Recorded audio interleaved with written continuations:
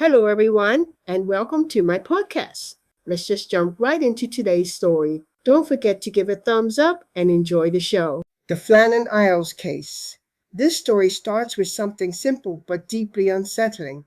Something was missing. Not a body, not a weapon, not even a witness. Just three men who were supposed to be there and weren't.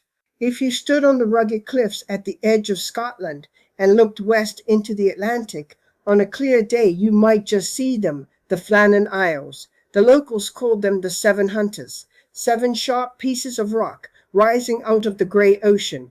They're lonely, barren places. For centuries, shepherds took sheep there to graze, but they didn't like staying overnight.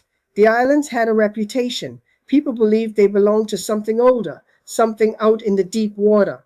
But by December 1900, people had built something very human on the highest point of Eilean Mòr, the largest of the islands, a lighthouse, a 75-foot stone tower built to send a bright white beam 24 miles into the dark and warn ships away from the reefs. It was supposed to make that dangerous stretch of sea feel just a little more controlled. Instead, it became the setting for one of the strangest missing person cases in maritime history. A mystery with no suspect, no confession, and no bodies, just questions. Good evening, folks. My name is Burnett, and tonight I want to take you to a lonely island off the coast of Scotland, where a routine relief shift turned into something no one could explain. Three lighthouse keepers had vanished. And honestly, more than a century later, we're still asking the same question. What really happened on Eilean Mòr? Before we go any further, I want to know what you think. If three experienced lighthouse keepers vanished from a tiny island, what would your first theory be? Tell me in the comments below, because I'm curious where your mind goes first. Accident, foul play, or something stranger? So let's start on Boxing Day, December 26, 1900. By then, the men had already been missing for days. A small relief vessel called the Hesperus is fighting through heavy swells toward Eilean Mòr. On board is Joseph Moore, a relief lighthouse keeper. He's expecting a normal handover, the kind of routine shift change these men knew well. And these weren't inexperienced men. James Ducat, Thomas Marshall, and Donald MacArthur were seasoned keepers. They understood isolation. They understood dangerous weather. They understood the sea. But as the Hesperus draws closer, Captain Harvey notices something odd. The relief flag isn't flying. The landing stage has not been prepared, and there is no one on the rocks to greet them. And in a place where routine matters that much, that kind of silence says a lot. The captain blows the ship's steam whistle. The whistle cuts through the air and echoes off the cliffs. Seabirds scatter. The sound fades. But from the lighthouse there is no reply. No wave, no signal, no man stepping into view, nothing at all. They fire a warning flare. It explodes in a flash of red light over the tower. Still, silence. Joseph Moore is rowed ashore in a small dinghy.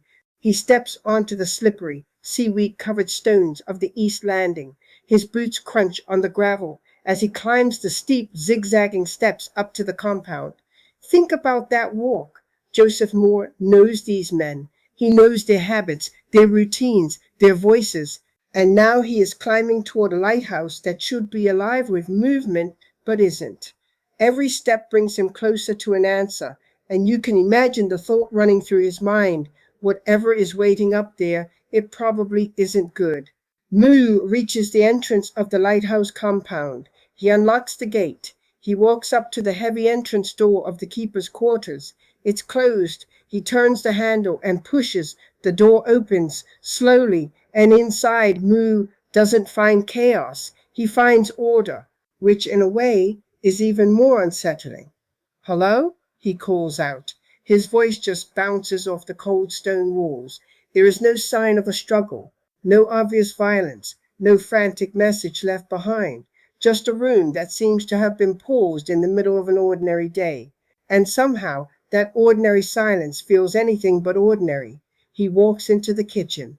The grate of the fireplace is filled with cold gray ashes. The fire has been dead for a long time.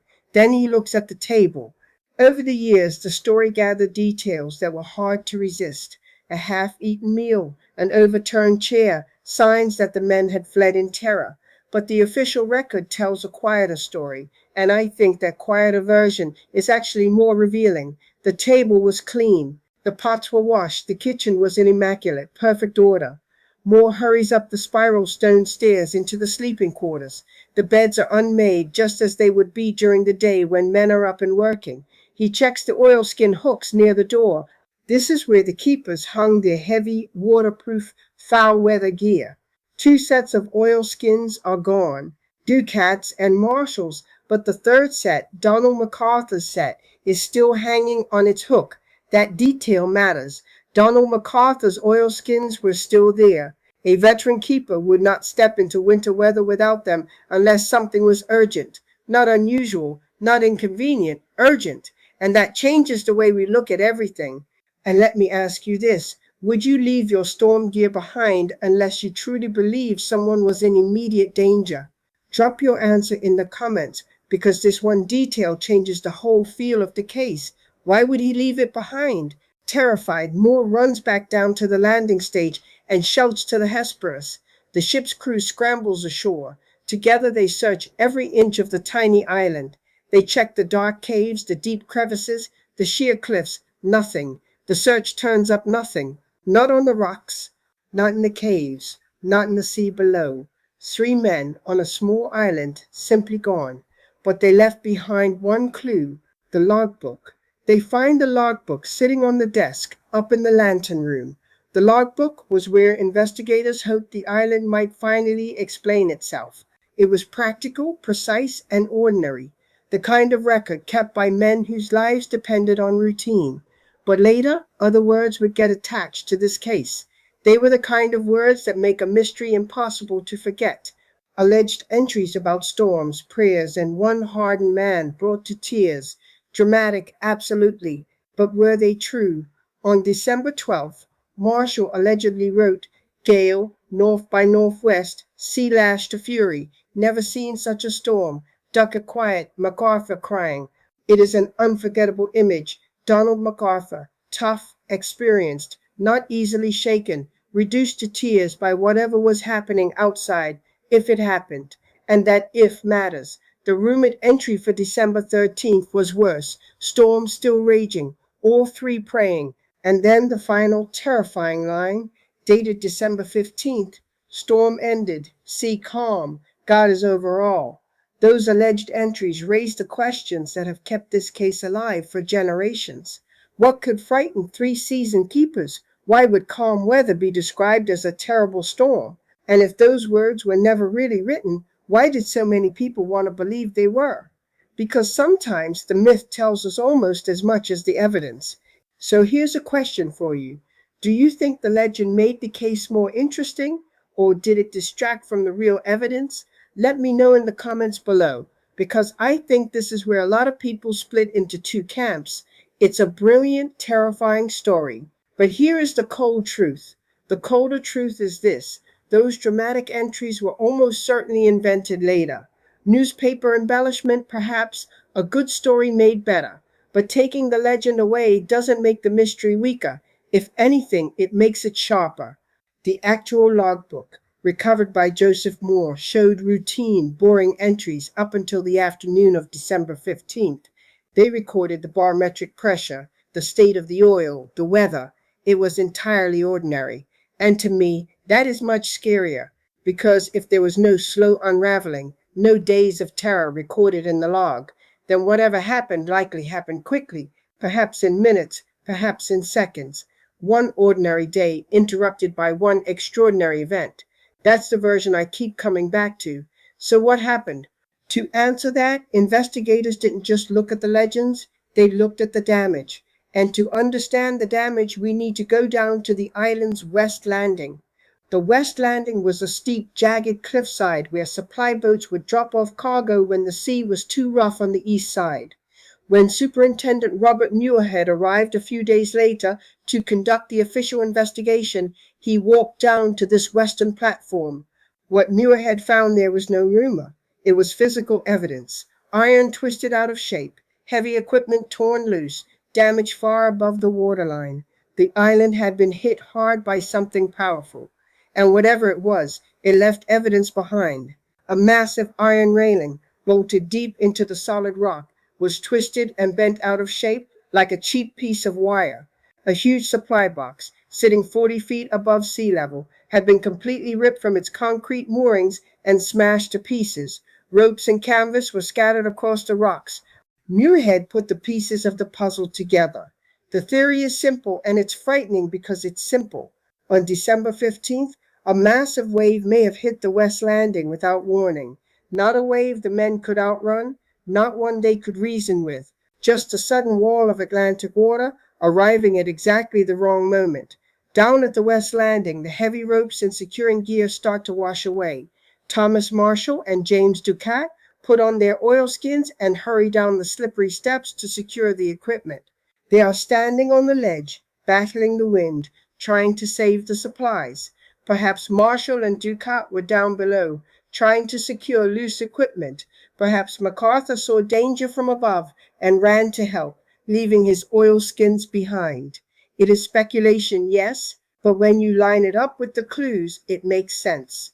In a moment of pure, blinding panic, MacArthur doesn't stop to grab his oilskins. He doesn't think about his own safety. He just bolts down the stairs, out the door, and sprints down the cliffside to warn them or to pull them to safety.